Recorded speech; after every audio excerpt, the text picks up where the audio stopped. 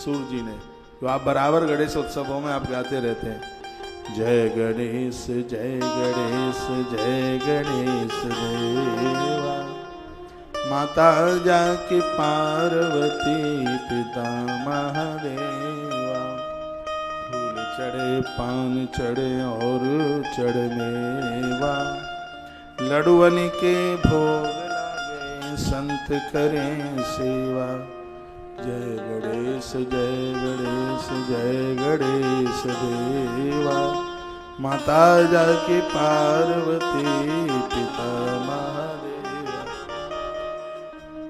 ऐसे गणेश हैं जो बिना आंख वालों को आंख दे देते हैं, जिनको संतान नहीं है उन्हें पुत्र दे देते हैं, जिनकी काया ठीक नहीं है भगवान गणेश जी उन्हें निरोगता दे देते हैं। तो गृह प्रवेश के समय में, यात्रा करते समय, संग्राम के समय पर, और जिस नारी को गर्भ में संतान है उसे प्रत्येक दिन एक माला कम से कम भगवान गणेश के नाम की जप लेनी चाहिए। मंत्र इस प्रकार से, ओम गम गणपतये नमः, ओम गम गणपतये नमः। माता रुक्मिणी ने गर्भ काल के समय में इस मंत्र का जप किया, ऐसा गणेश पुराण में वर्णन है। और इस मंत्र के प्रभाव से माता रुक्मिणी ने श्री प्रद्युम्न जी महाराज को पैदा किया। भगवान श्री कृष्ण के जो ज्येष्ठ पुत्र हैं जिनका नाम है प्रद्युम्न, माता रुक्मिणी ने भगवान गणेश जी की आराधना वंदना पूजा करके और ऐसे पुत्र को प्राप्त किया। पुराणों में, ग्रंथों में यह प्रत्यक्ष रूप से मिलता है कि भगवान गणेश जी के मंत्र का जप करके माता जानकी ने पति के रूप में भगवान प्रभु श्री राम जी को प्राप्त किया। गोस्वामी जी ने भी कुछ चौपाइयां डाली हैं। तो कहने का मतलब मायना यह है कि आप जिन देवी देवताओं की पूजा करते हैं आप कीजिए। आप घर गृहस्थी वाले हैं, बहुत ज्यादा विस्तार आप नहीं कर सकते हैं, कोई दिक्कत की बात नहीं है। आप 500 भगवान मत रखिए, 5 रख लीजिए बस अपने मंदिर में, क्योंकि ज्यादा रख लोगे तो ज्यादा उनको टाइम लगेगा, निलाना धुलाना जगाना सब कुछ करना होता है उसमें। तो 5 रख लीजिए आप, 5 में ही सब समाहित हो जाएगा। 5 में भगवान गणेश जी, माँ दुर्गा जी, सूर्य भगवान नहीं है आश्रम से ले जाना, सूर्य चक्र, क्योंकि पंचदेव उपासना में भगवान सूर्य का बड़ा प्रभाव है। सूर्य साधारण नहीं है, हनुमान जी के गुरु जी है। ऐसा बताते हैं कि जो सूर्य की पूजा जिन घरों में होती है उनके घर में गूंगे बहरे बच्चों का जन्म नहीं होता, क्योंकि बुद्धि के देवता, विकलांग अपांग बच्चे पैदा होते नहीं है, ये भगवान भास्कर की कृपा है। इसलिए कहा जाता है कि नारी को भी सूर्य भगवान को अर्घ देना चाहिए। माता अंजनी सूर्य भगवान को अर्घ देती है और हनुमान जैसा पुत्र प्राप्त करती है। ये सूर्य देवता की बड़ी कृपा है। वेद का एक मंत्र बोल रहा हूँ, आकृष्णेन रजसा वर्तमानो निवेशन मृतम मृत्युंजरणेन सविता रथेना देवो याद भुवनान पश्यन्। 7 घोड़े जिनके रथ में लगे हुए हैं, रथ पर जो बैठे हुए हैं, और गरुण के छोटे भाई जिनका नाम है अरुण, वो उनके रथ को हाँक रहे हैं। जैसे सूर्य आगे के लिए बढ़ता है तो अंधकार समाप्त होता है। ऐसा जीवन लोगों का होता है कि जो लोग दूसरों के बीच में जाते हैं उनके अज्ञान के अंधकार को समाप्त कर देते हैं, उनकी बुद्धि इतनी प्रखर हो जाती है। इसलिए सूर्य भगवान को अर्घ जरूर दीजिएगा, सूर्य भगवान को वंदन पूजन कीजिए। सूर्य भगवान के बिना तो पूजा ही अधूरी है। बनावटी बातें नहीं है, असली बात है।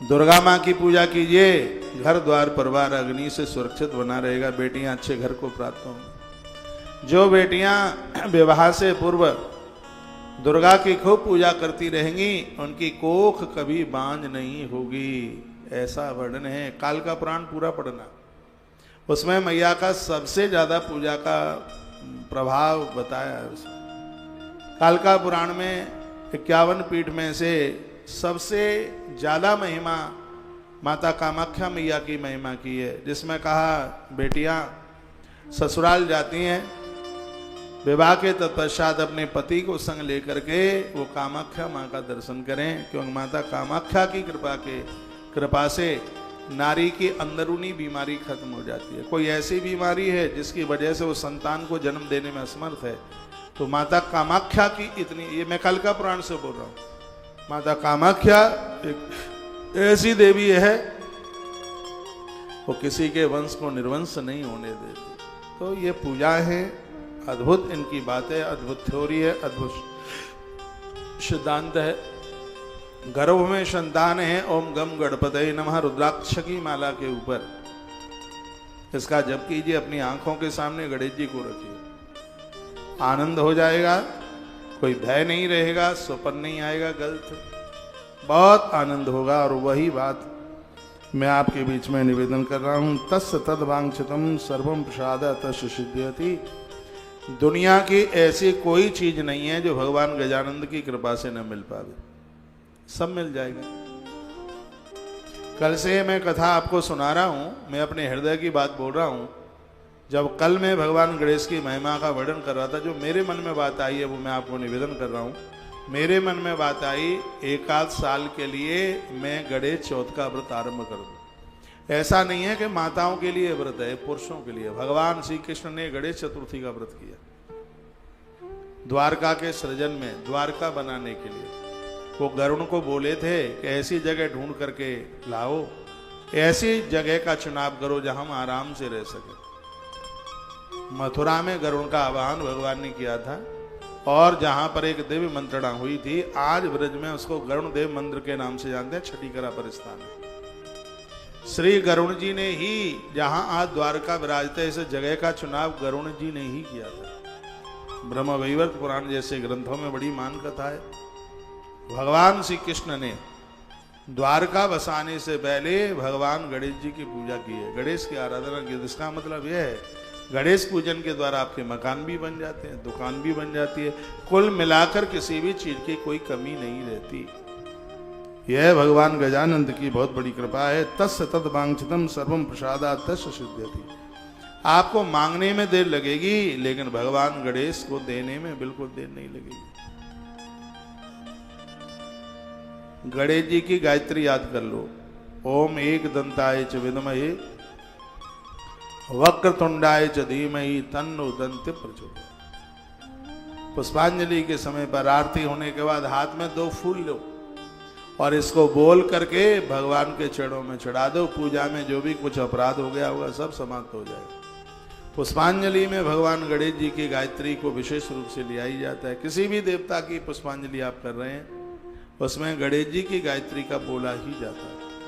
इन कथाओं को सुनते सुनते आधे से ज्यादा तो पंडित बन जाओगे, और हम यही तो चाह रहे हैं, आप गंडा मौली के चक्कर से मुक्त हो जाए, तो आनंद के साथ पूजा पाठ आराधना के साथ एक मस्ती का जीवन जिए, एक बिना टेंशन का आप जीवन जिए।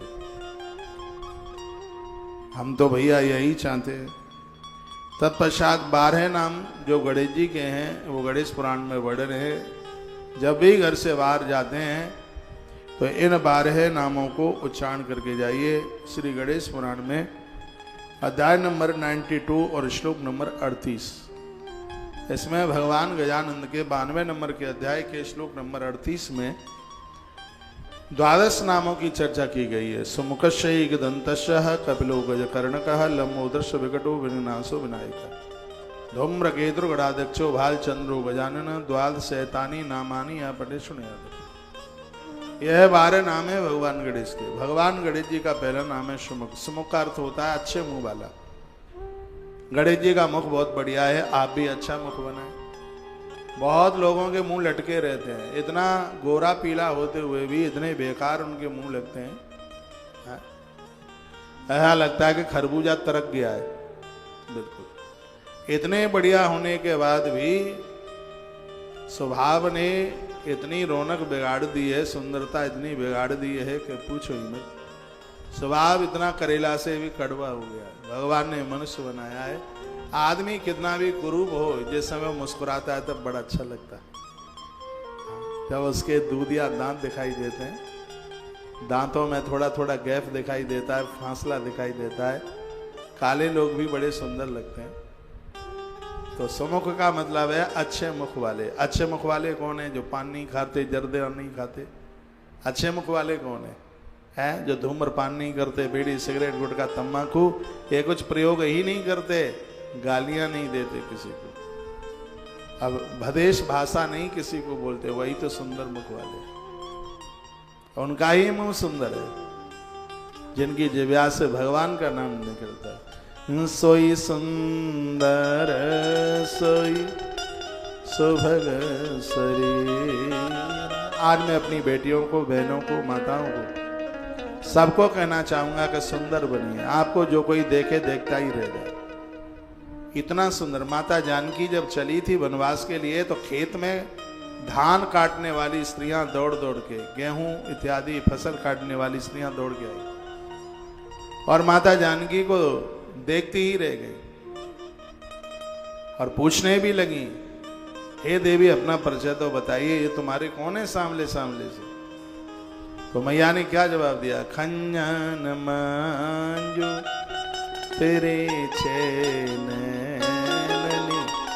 निज पति कहे तिनिया सिय सैन। मैया ने नाम नहीं लिया, आपकी तरह नाम थोड़े ही लिया, इशारे में कह दिया कि हमारे साहब है, हमारे पति है। तो आशीर्वाद वो देने लगी, पार्वती सम पति प्रिय हो। एक व्यासपीठ से मैं निवेदन करूंगा, कोई भी बहू बेटियां आपको चरण छूती हैं, बंदन प्रणाम करती हैं, तो उन्हें आप आशीर्वाद क्या देते हैं? आप ये देते हैं मकान बन जाए, दुकान बन जाए, घर भर जाए, बच्चे हो जाएं, ज्यादातर ऐसे यही तो आप आशीर्वाद देते हैं। और ये भी आशीर्वाद में दे देते होंगे पति की उम्र बढ़ जाए, आयु बढ़ जाए। लेकिन गोस्वामी जी ने कुछ विशेष बात कही है, जब भी कोई नारी आपके चरणों में बंदन प्रणाम करती है, ये आशीर्वाद उसे जरूर दीजिए, बेटी तू अपने पति को बहुत प्रिय हो, ये हमारा आशीर्वाद है तेरे लिए। नारी के लिए इससे बड़ा कोई खजाना नहीं हो सकता कि वह अपने पति को प्रिय।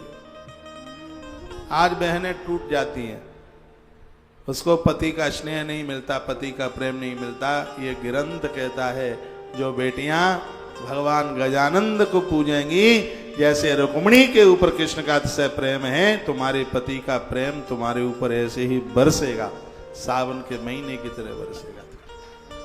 करके तो देख लीजिएगा, कोई पैसा खर्च नहीं होगा, तुम्हारा नुकसान हो जाए तो फाइन मेरे ऊपर लगा देना।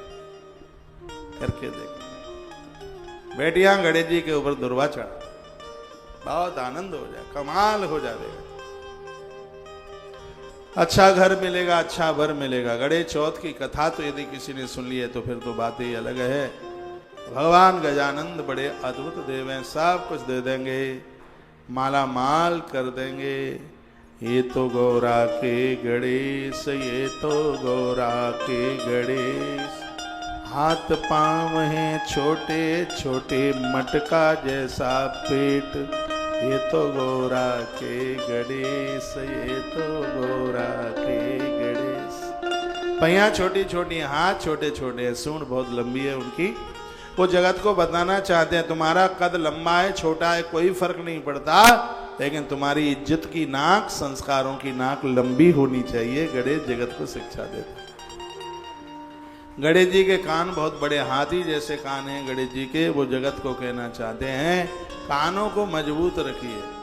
दो कान हैं, वो कहना चाहते हैं दो कान इसलिए, इस कान से सुनो, अच्छी बात है अंदर उतार दो, घटिया बात है दूसरे किवाड़ को खोल के रखो, बाहर निकाल दो, घटिया बातों को अंदर मत रखो।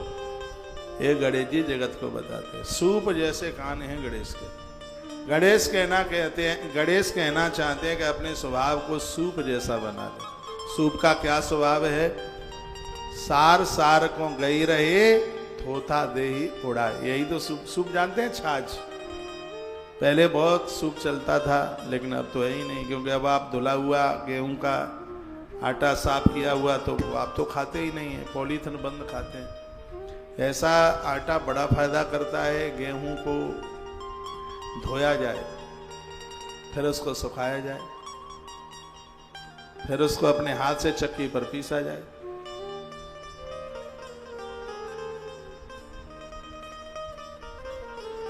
पीस लिया,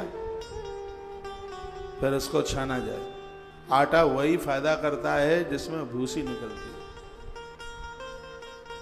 और भूसी के ऊपर गौ माता का अधिकार है, परोथन के ऊपर चींटियों का अधिकार है।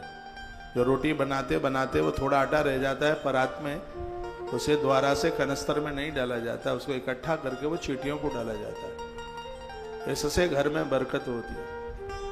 आटे में थोड़ा सा चने का आटा डाला जाए, इससे उस आटे का दोष समाप्त होता है। चना स्वास्थ्य के लिए तो लाभदायक है ही, विचारों के लिए भी ये बहुत लाभदायक है। डायबिटीज के मरीजों को तो सीधा गेहूं खाना ही नहीं चाहिए, उसमें थोड़ा किसी चीज़ का उसमें आटा मिलाएगा। आटे के साथ रामरस बहुत फायदा करता है, कच्चा नमक फायदा नहीं करता।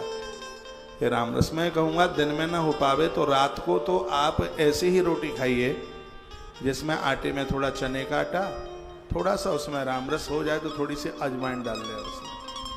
पेट में गैस नहीं बनेगी, पेट फूलेगा नहीं, रात को नींद भी आराम से आ जाएगी। रात को फूल गोभी मत खाइए, रात को उड़द की दाल मत खाइए, रात को अरबी मत खाइए। ये जो बादी की जो गरिष्ठ चीज़ें हैं इनको रात्रि में मत लीजिए। अपना थोड़ा स्वास्थ्य का ध्यान रखें। जो लोग सूर्यास्त होने से पहले भोजन कर लेते हैं उनके सोने में और भोजन में 3 घंटे का अंतर रहता है, वो तो कभी बीमार ही नहीं हो सकते। आज इतनी दवाइयाँ खा रहे हैं, भसक्का भर भर के दवाइयाँ खा रहे हैं, किसी का घुटना दुख रहा है, किसी की कमर दुख रही है, ये लापरवाही आपकी है। तो वो तो यही बात हो गई, आप बैल मार मुझे, पैसा खर्च कर करके बीमारियों को बुलाया जा रहा है। समय से उठते नहीं है, जागते नहीं है। भगवान शंकर ने एक ग्रंथ है जिसका नाम है गुरु गीता। भगवान महादेव ने पार्वती को कहा कि हे देवी, जो भोर में जल्दी नहीं जगते वो कभी ब्रह्मचारी नहीं हो सकते।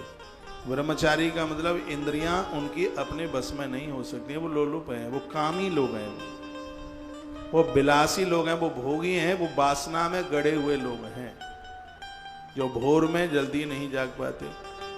रोगी को रात में नींद नहीं आती, योगी को भोर में नींद नहीं आती। वो बहुत अच्छे लोग हैं जो सुबह नींद नहीं लेते। नींद लेने के लिए रात का ही समय है। सुबह का समय तो भगवत स्मरण का है। खुले अंबर आकाश को देखिए, जो उगते हुए सूर्य से पहले आकाश को देख लेता है उसका जीवन अमृतमय हो जाता है, उसकी जिंदगी निहाल हो जाती है, वह बीमारियों को जीत लेता है, कोई बीमारियां उसको टच नहीं कर सकती।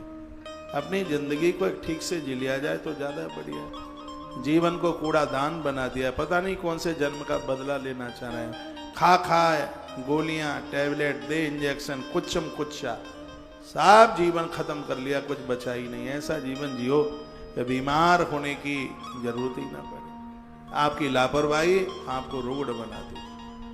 भोर में जल्दी जागिए, भगवत स्मरण कीजिए, जप कीजिए, थोड़ी एक्सरसाइज कीजिए, व्यायाम कीजिए, वृक्षों से मिलिए। जैसे रिश्तेदारों से मिलते हो भोर में, ऐसे पेड़ों से मिलिए।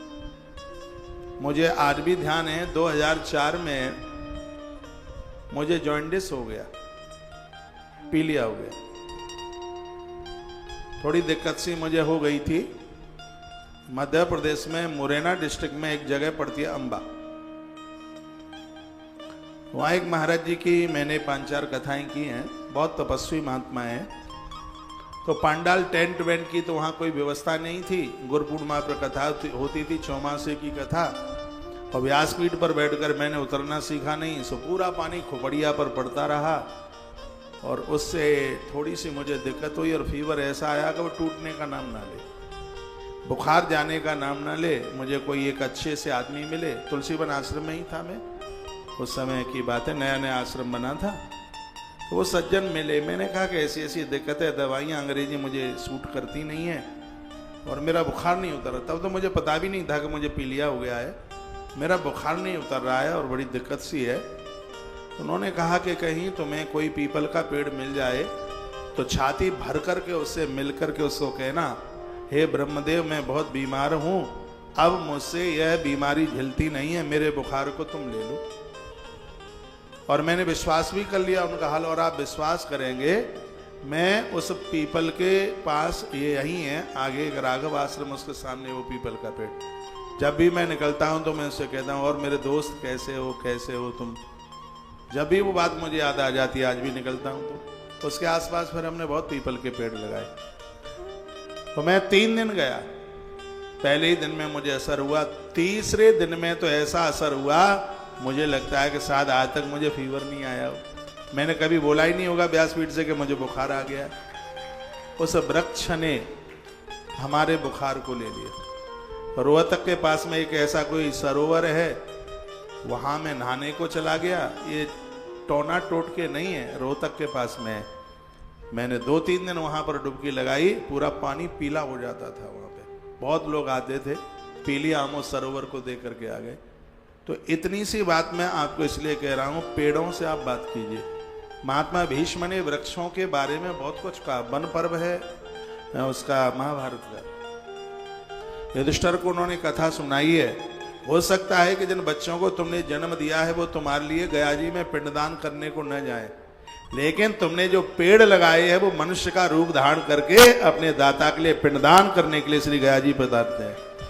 ऐसे वृक्षों से बात करना सीखो। हमारे साथ में एक कोई स्टेज बनाने वाले कोई सज्जन थे, थोड़ी ज्यादा पुरानी बात है वो, तो हम कहीं कथा करने को जा रहे थे, वो आदमी लेट हो गया, वो पूरा डेकोरेशन करता था वो।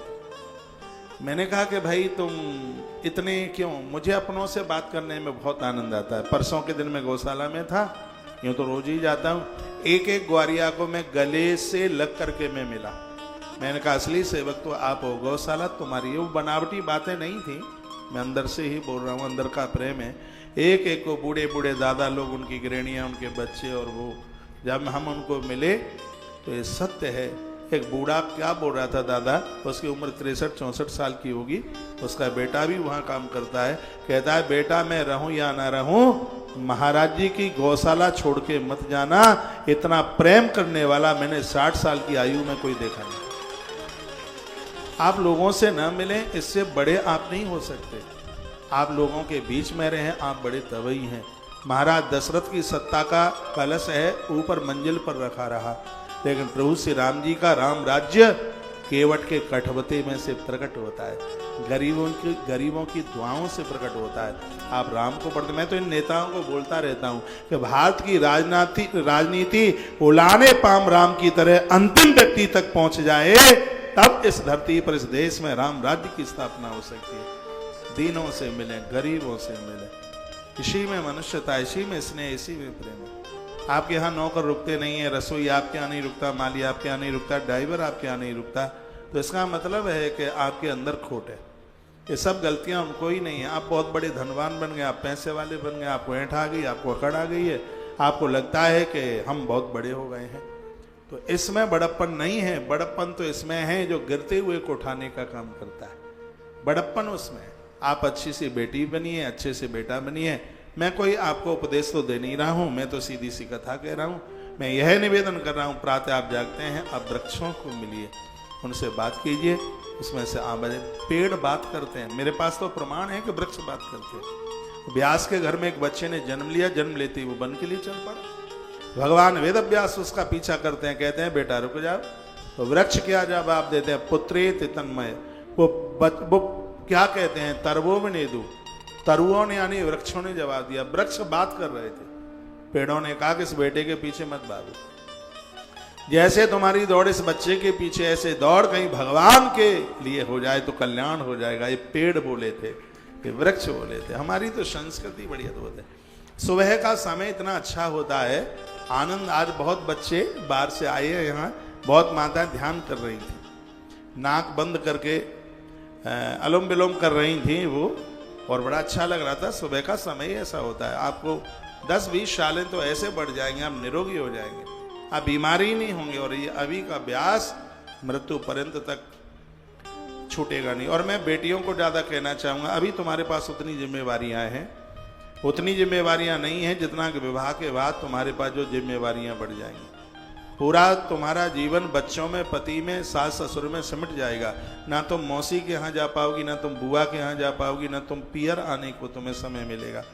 तुम्हारी वो दुनिया कुछ कोई दूसरी दुनिया होगी। लेकिन ये समय तुम्हारे पास सीता बनने के लिए, ये समय तुम्हारे पास राधा, और यही समय तुम्हारे पास पार्वती बनने के लिए। पार्वती को पढ़ा करो, माँ जानकी को पढ़ा करो। ये बहुत धार्मिक थी, ये बहुत धार्मिक थी माता जानकी, बहुत धार्मिक। माता पिता के द्वारा जो जेब खर्च के लिए जो पैसा मिलता था, माता जानकी ने बावलियाँ बनवाई थी, कुएं खुदवाए थे, और उन्हीं सत्कर्मों के द्वारा भगवान राम उन्हें पति के रूप में मिले। आप जो भी धर्म सत्कर्म करते हैं उसका परिणाम आपको ही प्राप्त होता है, उसकी वापसी होती है, वो आपके ही पास में चल के आता है। आपको बहुत धार्मिक होना चाहिए, और ऐसा स्वभाव में बातों बातों में क्रोध कर लेना, मुंह लटक जाना, रूठ जाना, ये नारी के लिए अच्छे गुण नहीं है। रूठना, मुंह लटका लेना, नाक फुला लेना, ये जैसे वो भौरा भुन करता है तो वो भी बोलती नहीं, ले भुन भुन भुन भुन, मुझसे तो बोला भी नहीं जा, भुन भुनाती रहती। तो ये आदत ठीक नहीं है, ये बिल्कुल बढ़िया नहीं है। अच्छी बेटी बनी है, तुम्हारे चरण पड़ने से तो वो घर अवध बन जाए, तुम्हें इतना बढ़िया बनना है। और ये बेटियां ये देश की आन बान और शान रही हैं। भगवान गणेश जी की पूजा उन बेटियों को सीता बना देती है, उन्हें राधिका बना देती है, और भगवान गणेश जी की जो पूजा है वो उन्हें पार्वती बना देती है। ये कथा पार्वती ने ही तो सुनी है। कुंवारा जीवन है, अविवाहित जीवन है, उनके पिता हिमाचल प्रदेश ने उन्हें कथा सुनाई, और विवाह के बाद में उनके पुत्र गणेश जी ने कथा सुनाई। गणेश जी के प्रकट होने पर भी गणेश पहले से थे, कृष्ण के प्रकट होने से पहले कृष्ण थे, राम के प्रकट होने से पहले राम थे। ये तो अनादि हैं, अनंत हैं, बहुत लंबे समय से। तो मैं वहीं आ रहा हूं, समुखशयिकदंतस्य। गणेश जी का पहला नाम है सुमुख। सुमुख का अर्थ है सुमुख का। अभी हमारे पास कल का दिन और है। दो बातें मैं आपको बोल दूं। एक तो बात यह, पता नहीं फिर मुझे ध्यान रहेगा कि नहीं, बात यह है कि 24 और 25 दो दिन विवेक विहार फेस फर्स्ट, और हनुमान जी बालाजी का मंदिर है, और वहाँ 2 दिन की कथा है। हनुमान जी के ऊपर है। जेठ के महीने में हनुमान जी की पूजा कितनी प्रभावशाली है। दिल्ली एनसीआर वहाँ के आसपास के लोग आ सकते हैं, आप जरूर पधारिएगा। 2 दिवसीय इस कथा को सुनिए, और इस कथा को हम कैंसर अस्पताल के लिए कर रहे हैं। तो जल्दी अब उसका काम आरंभ करने की व्यवस्था की जा रही है। तो बीच बीच में हमें 2-4 कथाओं के बाद में एक कार्यक्रम कैंसर हॉस्पिटल के लिए भी संगी संग लेकर के चलना है। तो ये 2 दिवसीय कार्य उसके लिए है। आप जरूर पधारिए, बढ़ चढ़ करके सहयोग कीजिए। पूरा एनसीआर, जहाँ तक मेरी आवाज़ जा रही है, आप आ सके पधारिए। 3 बजे से लेकर 7 बजे तक कार्यक्रम है। 25 तारीख को दिल्ली में बोर्ड है। कथा सुनने के लिए भले ही मत आना, लेकिन बोर्ड डालने के लिए सब जाना, सबको जाना है, क्योंकि मत को भी दान के रूप में लिया गया, इसलिए तो उसका नाम है मतदान। आपका एक वोट अच्छे व्यक्ति का चुनाव करता है तो उससे भारत माता मुस्कुराती है। आपके चुनाव का इतना बड़ा प्रभाव है। आपके इस चुनाव के द्वारा, अच्छे चुनाव के द्वारा सड़कें बनती है, अच्छे चुनाव के द्वारा अस्पताल बनते हैं, अच्छे चुनाव के द्वारा ही तो देश की ग्रोथ बढ़ेगी। इसलिए जो देश के लिए है, मानवता के लिए जो जीवन जी रहे हैं, ऐसे लोगों की पेटी में अपने मत का दान डालिए। यदि जिनकी वोट लिस्ट में नाम आ गया है तो वोट डालने की उम्र में पहुंच गए हैं, मैं सबको कहना चाहूँगा कि उन्हें अपना वोट जरूर डालने को जाना चाहिए। मैंने भी अभी 25 या 26 में कब चुनाव हुआ था, मथुरा वाला यहाँ का 25 में हुआ था शायद, मैंने वोट डाला है। 25-26 का जो भी रहा हो, मैंने वोट डाला है, निशान लगा है मेरी उंगली में। मैं भारतीय हूँ और गर्व के साथ कहता हूँ कि मैं भारतीय हूँ। भाग्यशाली हूँ कि मुझे भी किसी का चुनाव करने का अधिकार है। तो कथा से भले ही रह जाना 25 तारीख को, लेकिन वोट डालने से मत रहना। वोट 10 बजे तक, 11 बजे तक, 12 बजे तक, 1 बजे तक डाल देना।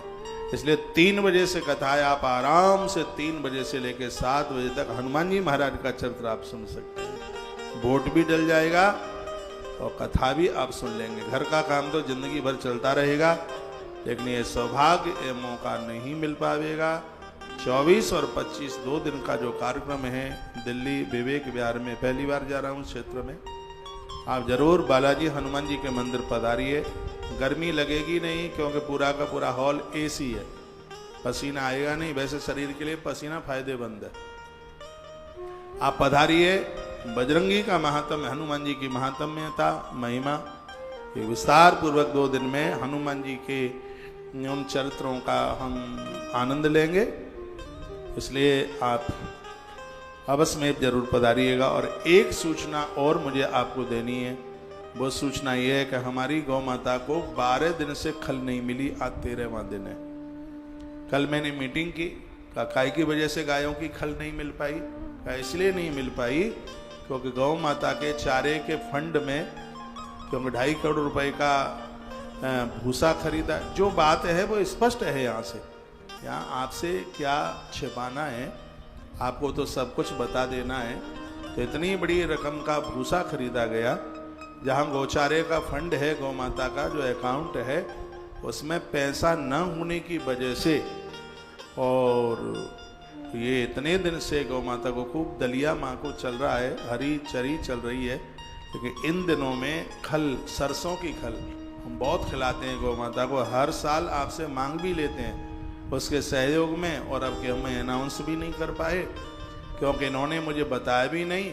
तो कल मैं इधर नीचे की गौशाला में था, तो वो गोपाल ने कहा कि महाराज जी खल है नहीं। फिर मैं बड़ी गौशाला गया तो उन्होंने भी कहा महाराज जी, किसी ने कहा 8 दिन से नहीं रही, किसी ने कहा 12 दिन से नहीं रही। फिर मैंने रात को मीटिंग ली, ऐसा कैसे हुआ है? कहा एकदम खल के पैसा बढ़ गए, 26-27 रुपया किलो थी, वो एकदम 30 रुपया किलो हो गई। इंतजार किया जा रहा था कि थोड़ी सस्ती हो जाए।